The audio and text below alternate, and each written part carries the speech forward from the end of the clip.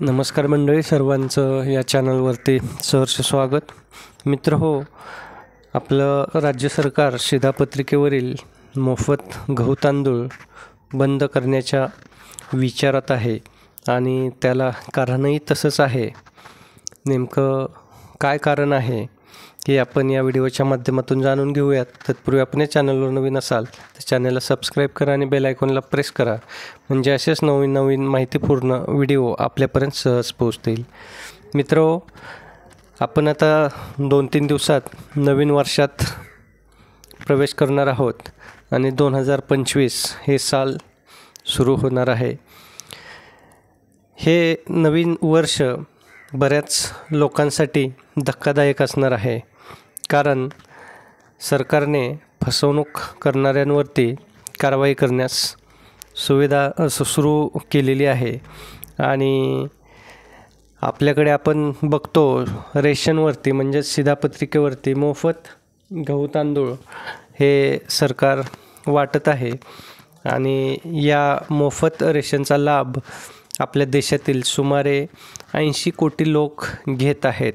पण या 80 कोटी लोकांमध्ये अनेक लोक असे आहेत ज्यांना प्रत्यक्षात हे मोफत रेशनचा लाभ घेण्याचा हक्क नाही, ज्यांना या मोफत रेशनची गरज नाही.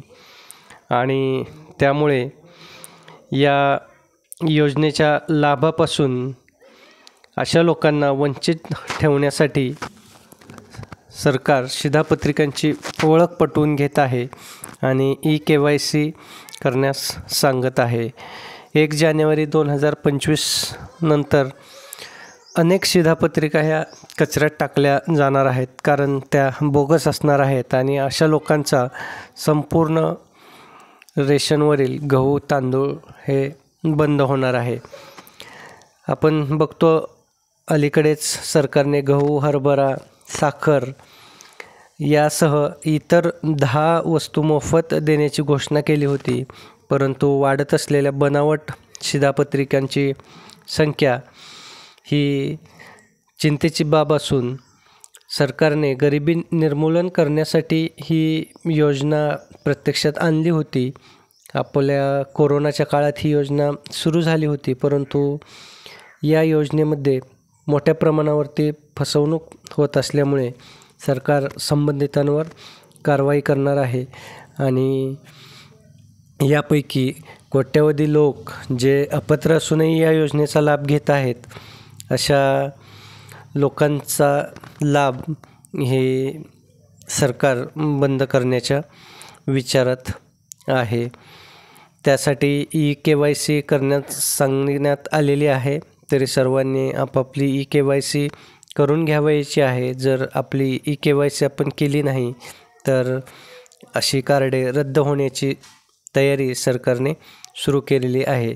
त्यामुळे सर्व लाभार्थ्यांनी शिधापत्रिकेचे KYC वेळेत करून घ्या, नाहीतर तुम्ही या योजनेपासून वंचित राहू शकता. मित्र, व्हिडिओ आवडला असेल तर व्हिडिओला लाईक करा आणि जास्तीत जास्त शेअर करा, म्हणजे ज्यांचं KYC बाकी आहे ते KYC करून घेतील आणि या योजनेपासून वंचित राहणार नाहीत. तसेच आपण या चॅनलवर नवीन असाल तर चॅनलला सबस्क्राईब करून बेल आयकॉनला प्रेस करा. धन्यवाद.